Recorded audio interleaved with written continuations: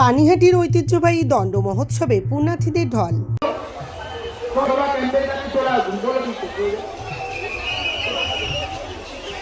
অপেক্ষা করছে কি পেয়ে থাকেন আমাদের পৌরসভা ক্যাম্পের কাছে এসে জমা করুন। ওই সহৃদয় ব্যক্তি পেয়ে থাকেন তাহলে আমাদের পৌরসভা ক্যাম্পের কাছে খুব প্রবলেমে পড়ে গেছেন, কারণ ওর মধ্যে অনেক ডকুমেন্টস আছে। 20 মহিলা হারিয়ে গেছে। যদি কোনো সহৃদয় ব্যক্তি লক্ষণ জানা আপনি যেখানে মহাপ্রভু চৈতন্যের স্মৃতি বিজড়িত পানিহাটির ঐতিহ্যবাহী দণ্ড মহোৎসব তথা দই চিড়ের মেলায় পুণ্যার্থীদের ঢল নামল।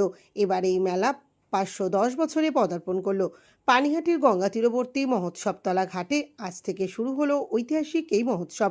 অপ্রীতিকর ঘটনা এড়াতে বারাকপুর সিটি পুলিশের পক্ষ থেকে কড়া নিরাপত্তার বন্দোবস্ত করা হয়েছিল।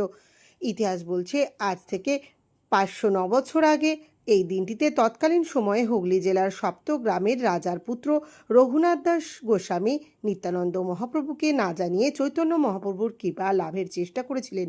সেই ঘটনা জানা মাত্রই বিরাগভাজন হন নিত্যানন্দ মহাপ্রভু। শাস্তি হিসাবে রঘুনাথ দাস গোস্বামীকে নিত্যানন্দ মহাপ্রভু সমস্ত ভক্তদের দই চিড়ে কলা খাওয়ানোর নির্দেশ দেন।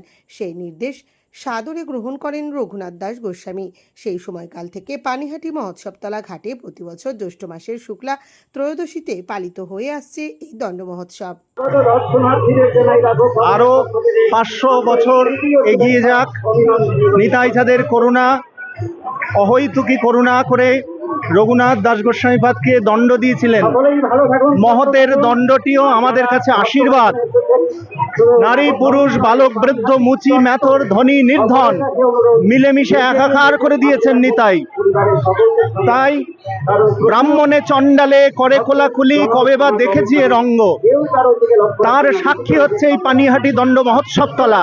এটা দণ্ড নয়, এটা আমাদের কাছে আশীর্বাদ। জয় নিতাই, জয় গৌর।